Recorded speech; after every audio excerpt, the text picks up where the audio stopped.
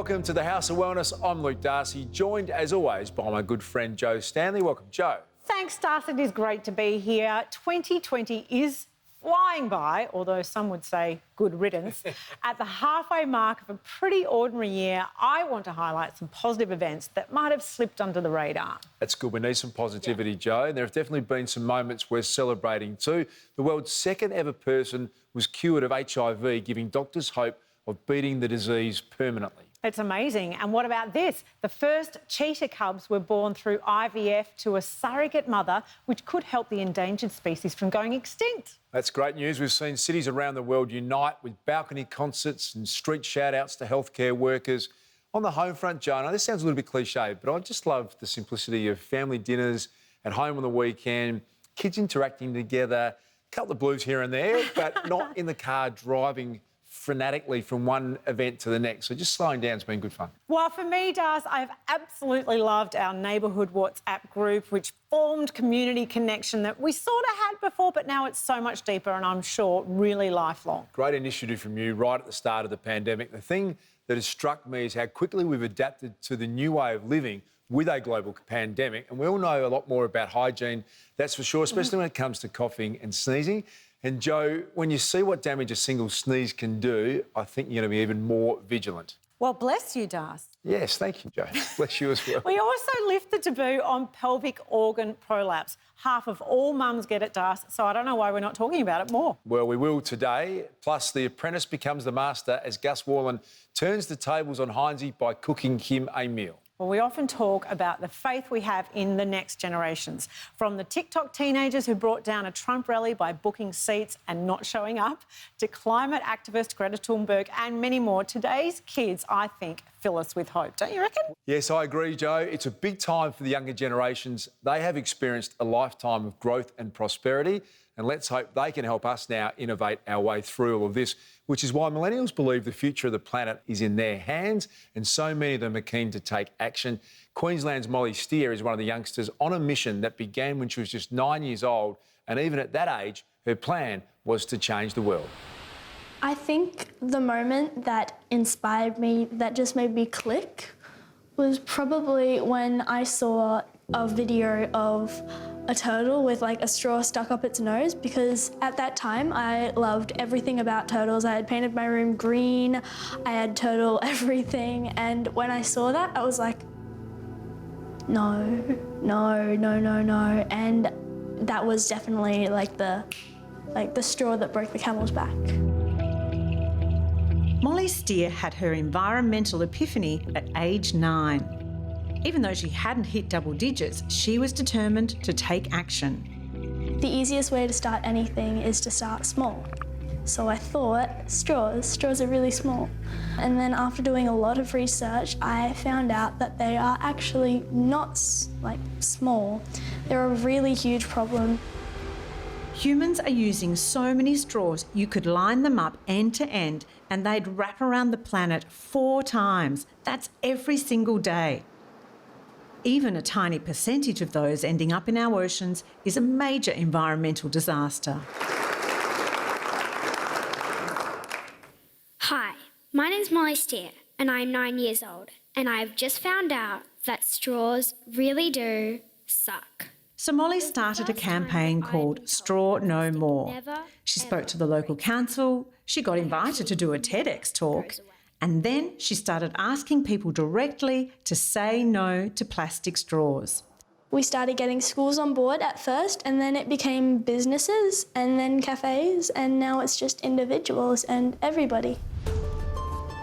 Molly is now 12 and her crusade against straws has extended to all single-use plastics. The weird thing about this is they say it's like biodegradable, but instead of breaking down, it breaks up into smaller pieces, and that just... In 2018, I won Cairns Regional Council Young Woman of the Year, and when I was saying my thank you speech, I called out Bob Manning, the Mayor of Cairns, and I said, "Would you like to join the Straw No More pledge?" And he said, "Okay, yeah." Cairns became the first council in Australia to ban single-use plastics. Then Queensland jumped on board. Finally, Molly took the fight to the federal level. In March, I went to Parliament House to speak to Scott Morrison and ask him if he wanted to join the Straw No More project. And he said yeah, and now I'm looking to get like all of Australia on. What have we got here? Globally, out of all the things that we use every day, that humans use every day, about 91% of it only gets used once.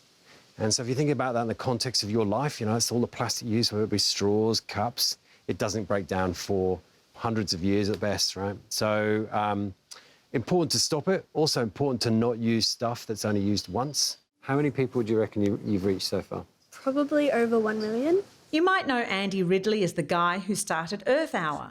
He runs Citizens of the Great Barrier Reef, which partnered with Straw No More early on. She's incredibly inspirational kid. I think as soon as I met her, she inspired me anyway, and she inspired the team. She's really triggered something in people. We hope that actually the kick-on effect from Straws No More is people start to think much more about everything they're using. And I think that's what happens, you know. The straw is the gateway issue into thinking about how you can make less waste. People like Andy and Molly are working tirelessly to save the reef. But thanks to a changing culture, they're not alone. When I turn on the radio or like the news or something, you can't go 30 seconds without hearing the word climate change or like something like that. Whereas like 3 or 4 years ago, it wasn't like that at all. People are more aware and they're realising and they're saying, okay, everybody needs to help and stuff. And I think that's great. It's incredible progress, but Molly isn't slowing down anytime soon. My long-term goal for Straw No More is that everybody in Australia stops using single-use plastics. Do you think that's achievable? I think so. If we work together, we can definitely get it.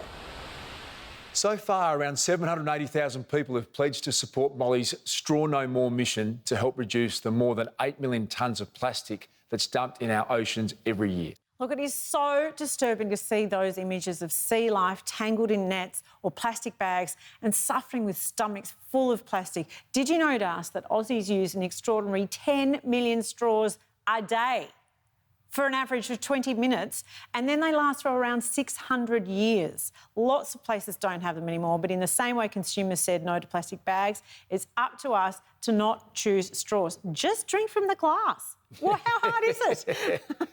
It's a very good point you make. There's paper straws now too, and of course the metal versions that you can have forever, which are both better than the plastic options. Up next, we look at the power of a single sneeze. That's right here on the House of Wellness.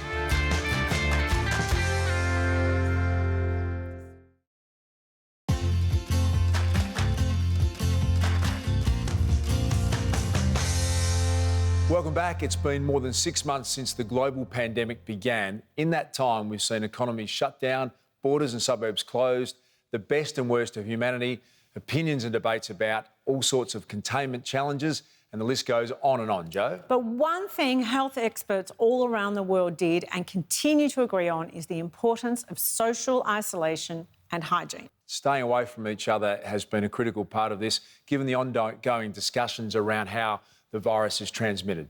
Lydia Baruba is a fluid dynamics scientist at Massachusetts Institute of Technology. She spent the last few years studying how droplets that we expel from our bodies, like from coughing and sneezing, can spread. So her research is really timely and highlights the ongoing debate about how coronavirus moves through the air. A sneeze or cough or even exhalation is a number of droplets of given sizes that come out. They're made of the basically fluid lining that we have in the respiratory tract.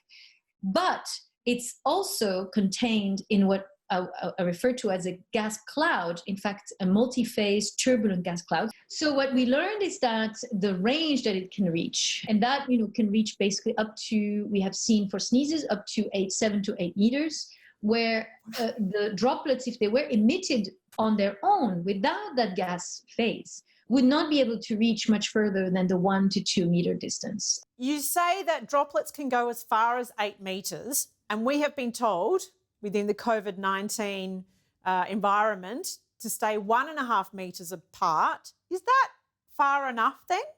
So in a healthcare setting where you would be surrounded by infected individuals, absolutely not. The space could have these drops and these contaminants basically anywhere if you're dealing with infected subjects, particularly if it's a high-density environment where you have in the time of a pandemic. Now, for everyday life, outside, if you're dealing with asymptomatic subjects or individuals that are low risk, potentially not infected, then even exhalations could reach very easily the 1 to 2 meter distance. And so 1.5 is not sufficient. So that's where it calls then into question, how do you try to minimize that range that is being reached by these exhaled clouds? And that's bringing us to then the potential protection of everybody with some kind of level of mask that would be diverting that flow and minimizing its distance from the source or from that subject. Your work is obviously very important, but did you ever imagine it would be so critical in the face of a world pandemic? So when I started looking at these questions and when I started transitioning to this, to defining this new area of research, I was in fact heavily influenced by SARS-CoV-1. And I was always saying that this was critical research that we needed to complete before the next big one. So when it hit, I think I was not surprised that it was at the center of it, because that's always going to be the case before you have a treatment or virus against a new virus.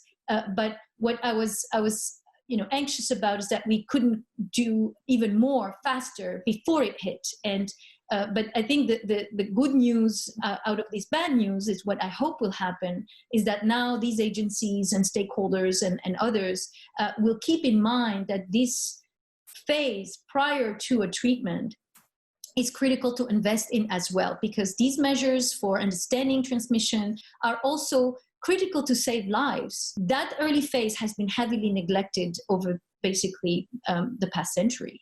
And we have relied too heavily on just thinking that we will always have a drug or a vaccine, and we should absolutely continue doing that, but that's not the only weapon that we should use and that we can use. And we need to be ready and for the next potential waves of this pandemic, but also for the recurrent ones, which are bound to happen. When you see that vision of how far mist from a sneeze travels, I mean, a really good full-blown sneeze or hefty cough can travel 9 metres. Ugh, get your elbows out. It's full on. That 9 metres is a serious distance, Joe. I can't get my head around that. It makes you think about the debate we've been talking about wearing a mask. There's no hard and fast rule around it at the moment. Some health professionals have recommended wearing one. The World Health Authority has differed at various stages. But the Asian countries, they've got their head around this and have been doing it for decades. That research also highlights airflow and how many people it's safe to put in a room together, which is why social distancing is vital. But my takeaway from that is cover your nose or mouth when you sneeze or cough. It's so simple. I'm really paranoid now. Still to come, Gus Warne plates up for Hinesy. But up next, we break the taboo on the condition that affects half of all mums. That's right here on the House of Wellness.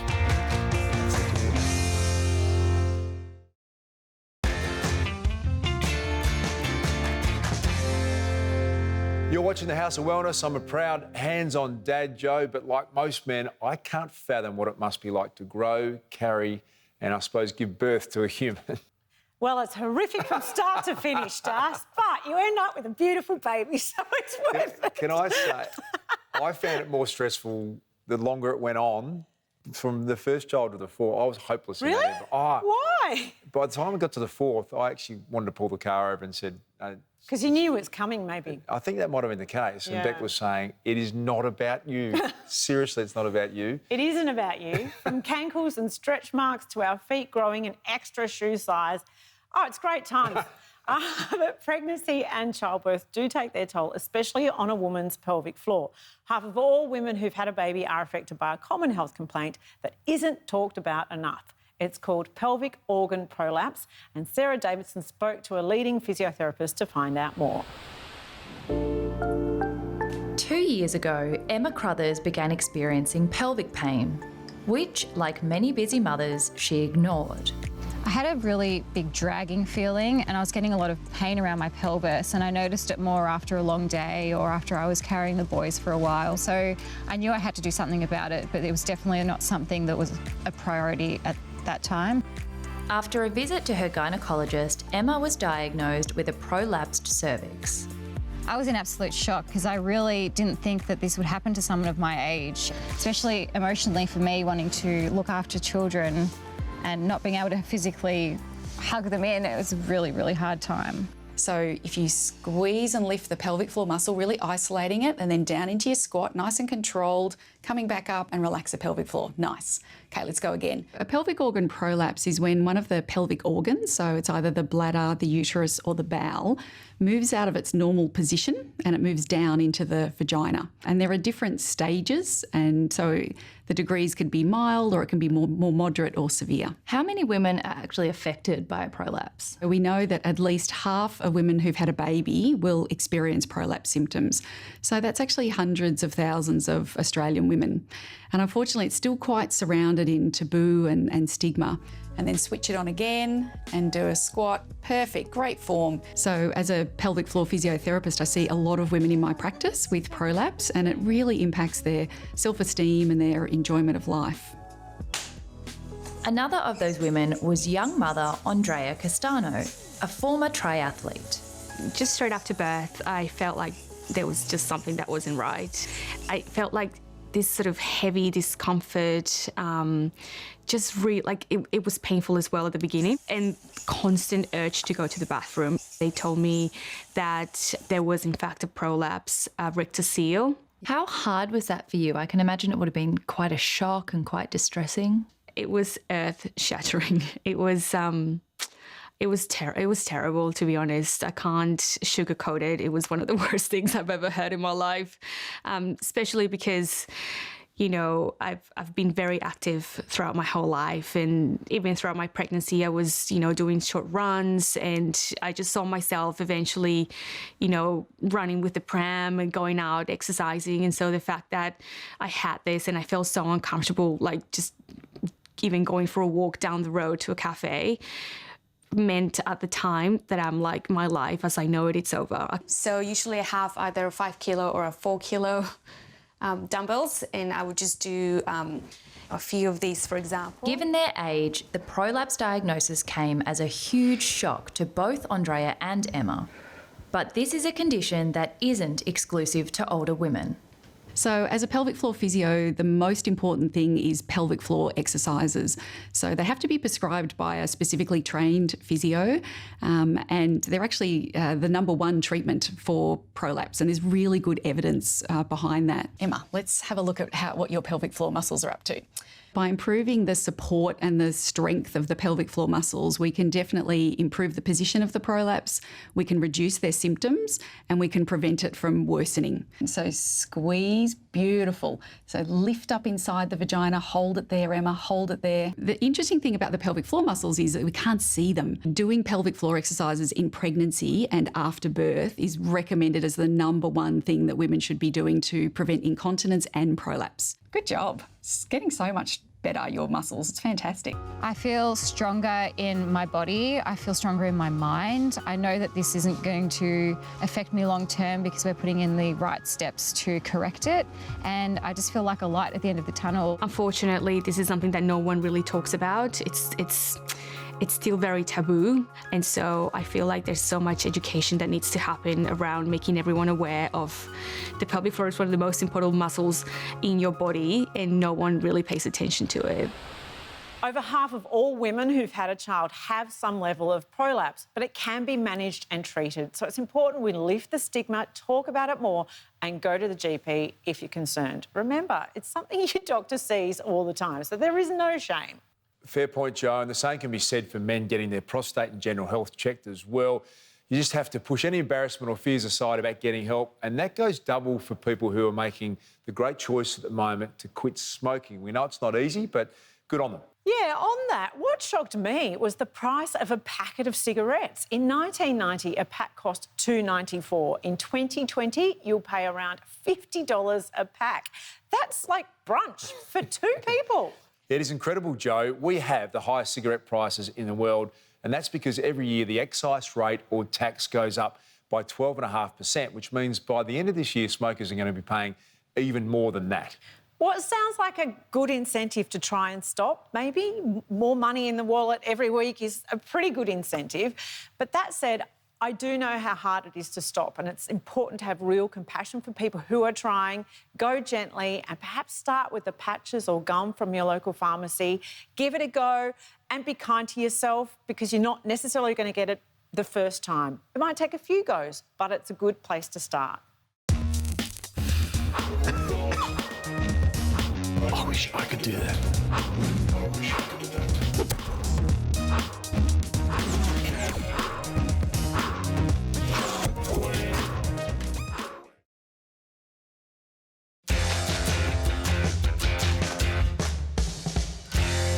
Welcome back. For the past few months, Gotcha for Life's Gus Warne has been on a health and fitness quest led by our own Luke Hines. Hines, he's certainly put Gus through his paces, Joe. It's been a pretty tough program. Oh, I've absolutely loved watching Gus's fitness journey and the payoff that's transformed him before our eyes. He's dropped nearly 20 kilos. It's just fantastic. And we're extending that challenge because COVID means he can't join us here on set to reveal the new Gus, so we're keeping it going. We haven't told Gus that, by the way, so we've decided, Gus, keep it going. I reckon another 4 to 6 weeks you will not even recognise Gus Warne. Oh, he is going to be exhausted. He signed up for 10 weeks. Here he is 3 months later and Hines is still hammering him. Well, he's off the hook this week though, Gus. He's resting in a way, Joe. Hines, he's relaxed the training regime, but he's upped the ante in the kitchen.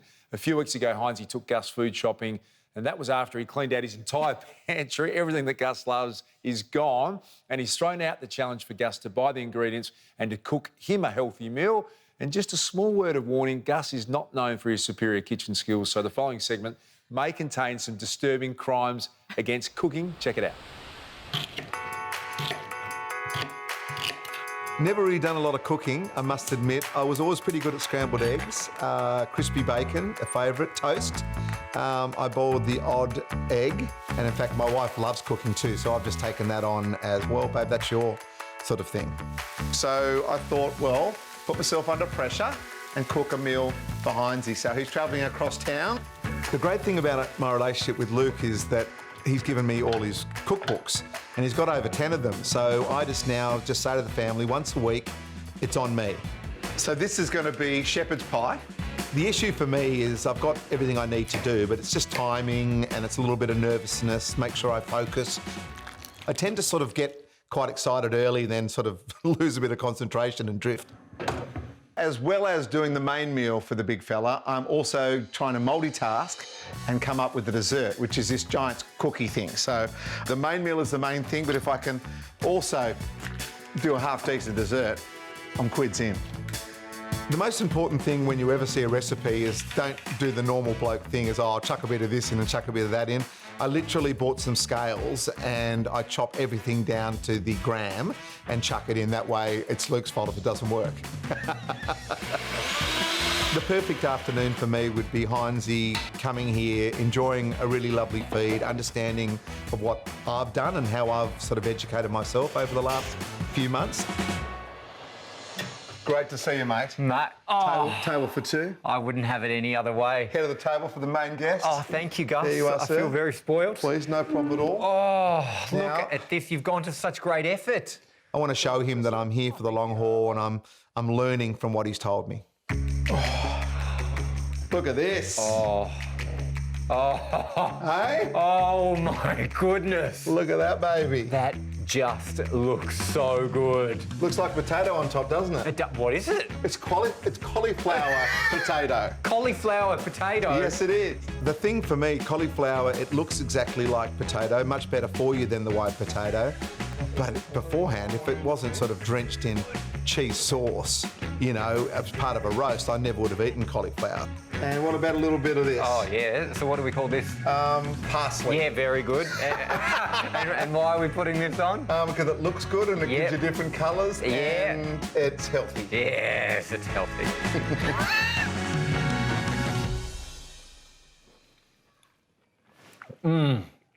Mate. It's good? It is so good. It's hot. Yeah, hot, isn't it? It's quite hot. really hot. You went really... You did a big mouthful. I was nervous for you. I didn't want to warn you too much on camera. I'm fine. No. Absolutely fine.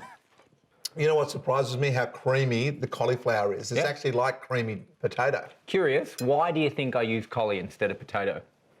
It's just so much better for you, isn't it? Yeah, well, it's a lower carb approach, helping you maintain your blood sugar levels. Okay. I'm glad you liked it. It is delicious. Can I get the recipe? A few weeks ago, me sitting down with you, 25 kilos lighter, wearing a suit that I hadn't got into since the 90s and still having a bit of room and stuff. Ridiculous tie, too short, I get it. That's a nice tie. It's just awesome what you've done for me. You've given me my life back. You've given me the knowledge and you've given me the motivation just to stick with something and to give it a full-time crack. And I've always said to you, I can lose weight, but can I keep it off? I wake up at 5:30 every morning, I go for a walk, I'm in good routines, I'm feeling better, I've got more energy, my family are proud of me. So. It means the world, Gus. You saying thank you is incredible, but you need to thank yourself at the same time. Because as much as I can impart all of my knowledge that I've got onto you, it's up to you to wake every morning and actually implement it and do it. I tip my lid to you, brother. Thank you very much. Thank you. Here's the dessert champion. Oh, hello. A little bit of coconut yogurt there to go on top. And the big cookie. The cookie! Mate, this looks incredible. I've got to get a photo. Yeah, no, please You know how, like, people these days, they get photos of their food? I'll post it and I'll tag you. Thank you, brother. There you go. And I'll say, I made this for Gus. Here we go. There you go. Now put your thing on, let me know what you think. Okay, a little coconut yogurt on top, little dollop. Yeah.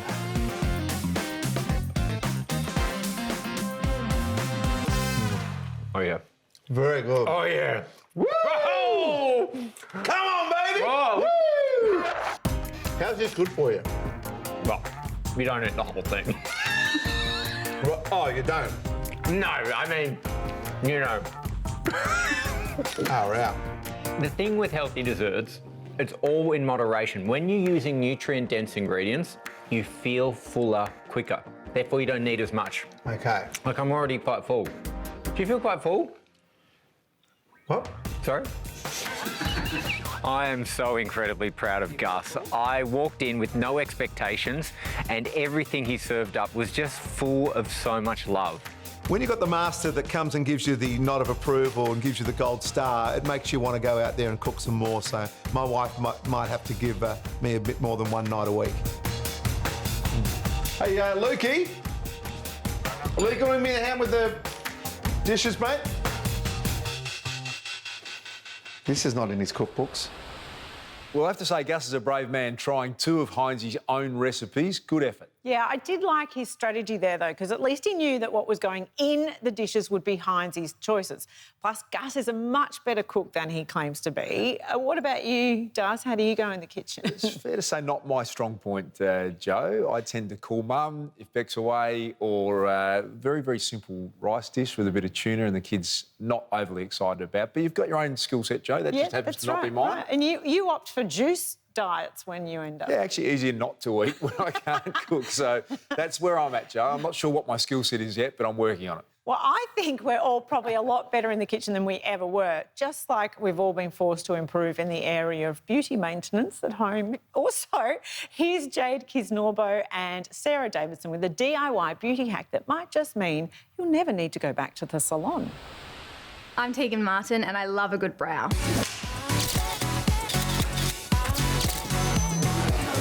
A great brow is everything to shape your face. If you've got a strong, defined brow, you really don't need a lot of makeup. Since I've started tinting my lashes and brows at home, I find that I can wake up in the morning, go to the mirror and feel fairly confident from the word go. So I'm sure you're aware that eyebrows really make or break a beauty look. Are we making or breaking today? Well, hopefully we're making. Okay, good. I've been using the 1000-hour lash and brow dye kit for over 10 years now. When my mum introduced it to me, she was travelling the east coast of Australia as a tourist and had zero money for her beauty routine. And she came across this product with her best friend and they thought it was absolutely magic. I was using the kit on her for the first few years, and as soon as I was 18, I was like, all right, this is my turn, Mum. Sarah, before we get tinting, a great little tip is to apply with the cotton tip a bit of Vaseline to any of the area you don't want the tint to take.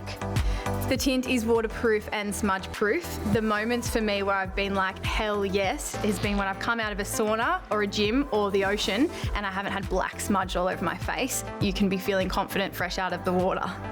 And now go directly to the start of your brow and brush it through.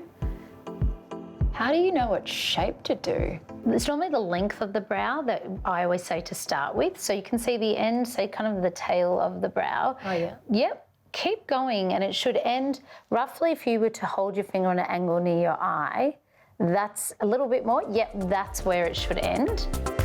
And something satisfying about applying. I know, I actually am like, oh, this is kind of nice. I feel like I'm painting an artwork. Yeah, that's it. People think that visiting the salon is going to give them extra results, but a fun trick that I have learned over the years is that you can actually dye your brows and the baby hairs above to make your eyebrows symmetrical. So for me, and most people, one eyebrow is different to the other, and for me it's my right brow. I have to take the product up on my baby hairs to align my brows. It's simple and easy. It sounds difficult, but give it a try. I promise you, you'll have salon results. That was so easy to do. So easy, and it looks so good. They just feel so much longer. Longer and just more defined, but still your natural shape.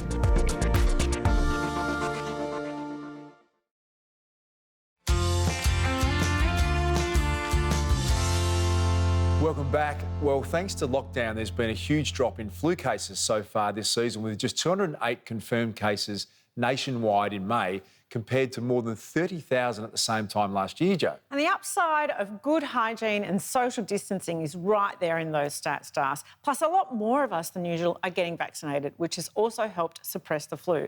So what other vaccinations are needed at this time of year, and how much does sleep play a role in keeping us well in winter? Gerald Quigley is here with the answers. I'm often asked about vaccines, which ones are required and which ones aren't required, and a particular one is pneumonia vaccine. Now, pneumonia vaccine is important for people who have had pneumonia before. These vaccines are usually under the control of the Australian immunisation guidelines. So the thing to do, if you feel you're at risk, have a chat to your doctor. Stress affects each one of us in many different ways. Some people adapt to it very, very easily. They just get on about their lives, no big deal. Many others, however, find that it really, really grinds them. Their mental and their physical and their emotional health starts to suffer. Now, if you're in that latter group, think about making a break in whatever you're doing to help reduce that stress. Go for a walk, cook something, sit in the sun for a while and close your eyes, smell the roses. The herb of choice is ginseng, and it's certainly worth speaking to a healthcare practitioner to make sure that ginseng is the one for you.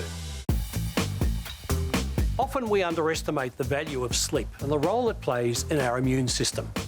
Maybe we don't respect sleep enough. It's important to plan for sleep. Give it a chance to work. Give it a chance to actually help us rest and recuperate. A useful combination is that of magnesium to relieve tension and the busy mind relaxing herbs, things like passion flower, hops, valerian, ziziphus. There's lots of good combinations around, so ask your healthcare practitioner. I love Gerald's recommendation of the sleep-inducing passion flower. I just love that word. It sounds like a lullaby. And you know what other word I love? Chocolate.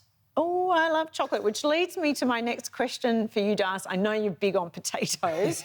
What about chocolate? Well, I know chocolate's one of your great passions, and I'm not one to say no. I can indulge at times, but it's probably not my go-to food with a bit of comfort in mind or a little bit of stress. What's your dark chocolate? Always dark. Always dark. Dark and bitter. Okay. I'm mad for bitter. And I giant testament to the fact that chocolate can make us feel good. I feel great when I eat chocolate. Some days it's the only thing that gets me through.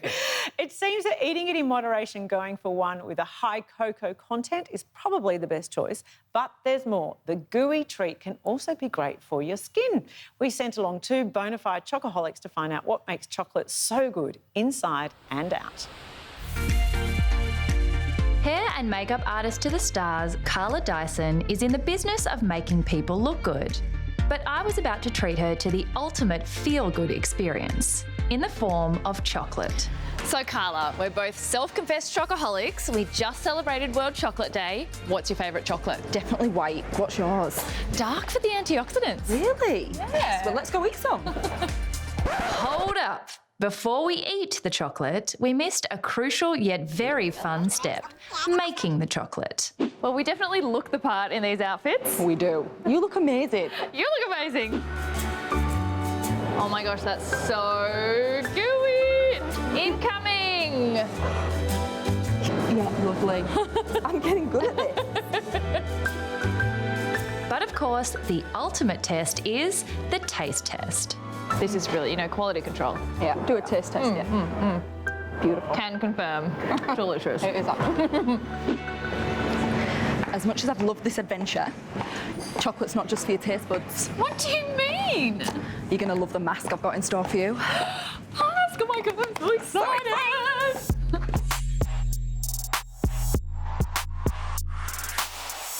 It smells so much like chocolate. It looks like chocolate. It feels like chocolate. I feel like I'm putting chocolate on your face. Chocolate is a great antioxidant boost for our skin. For maximum benefits, you really are looking at dark chocolate, pure dark chocolate.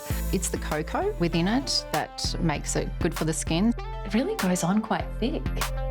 It's rich in antioxidants, but it's also full of minerals and nutrients, so it really helps with the skin health and any free radical damage as well. And it's really important to make sure that you don't miss any areas so that you're getting those benefits everywhere. Be careful putting that near my mouth. I might eat it. The rich, creamy formula delivers instant hydration to the skin, creates a really soft and smooth suppleness of the skin. In addition to cocoa, lots of plant omegas like avocado oil, coconut oil, jojoba oil, all really work together to deeply nourish but also restore the skin health and radiance as well. You can smell that beautiful, chocolate scent within it, and really does have those ingredients in there that gives you that indulgence. So you're giving yourself a luxurious treat on the skin without those added calories or sugar rush. I can already feel it feeling really hydrated and nourished. It's working on my skin, but I just feel like some chocolate now. I thought you might say that. I've got you covered. Stop it. Oh my gosh. Thank you so much, Carla. My skin feels so wonderful. You're welcome.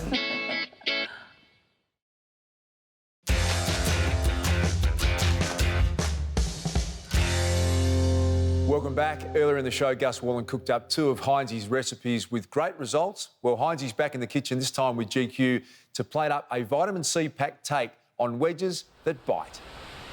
GQ, I gotta say, I love cooking with sweet potato, in particular because it's packed with fibre, which is fantastic for your gut health. And there's no better way to have sweet potato than as crispy fries topped with guac and sour cream, of course. I love your work, Heinzie, but let me drop a bombshell. OK. Sweet potato is not actually a potato. It's not related to the potato botanically. It's a root vegetable, so therefore part of the parsnip and turnip and beet family. You are full of some incredible facts, GQ. I've got more, Heinzie. Sweet potato, rich in vitamin C. Now that I did know. Now vitamin C is particularly good for our immune health, right? Yes, it is, and it's an essential nutrient, which means that we can't make it ourselves, but it's really important for our body to function effectively. And the good news is, GQ, we can actually find it in food sources such as this sweet potato, along with broccoli, citrus fruits, capsicums and tomatoes. It's terrific, Heinzie, that we refer so much to vitamin C. Now, it's a very important nutrient. It plays a fundamental role in immune function, so helps protect us against infection, helps reduce the symptoms, helps us get better faster. It also plays a role in white blood cell management because white blood cells fight infection, they fight inflammation. Vitamin C works right alongside those and stops them from free radical damage. And that's why they call it an antioxidant. Now, I've got to get these in the oven so that we can get some of that vitamin C into our life a whole lot sooner. Oh, I gotta say, mate, these are looking glorious, so golden brown and crispy. It's time to get that guac and cashew sour cream on top. Well, while you're doing that, Heinzie, let me tell you about another nutrient that's really important for immune function, and that is zinc. And you've got zinc in the cashews as part of your sour cream. Now, zinc not only increases our immune resistance to infection, it's very important in reducing the severity of symptoms of colds and flu, and it hastens our recovery. And the great news is you can find zinc in other fantastic food sources such as oysters, eggs, nuts and seeds, and even my favourite, dark chocolate. And you can always get vitamin C and zinc in supplement form, Heinzie. GQ, I love having you around. That's very sweet, Heinzie, but I'm so looking forward to having one of your sweet potato fries. Delicious. The A to Z of Vitamins is brought to you by Ethical Nutrients Mega Zinc and Extra C Zingles, helping you stay healthy this winter.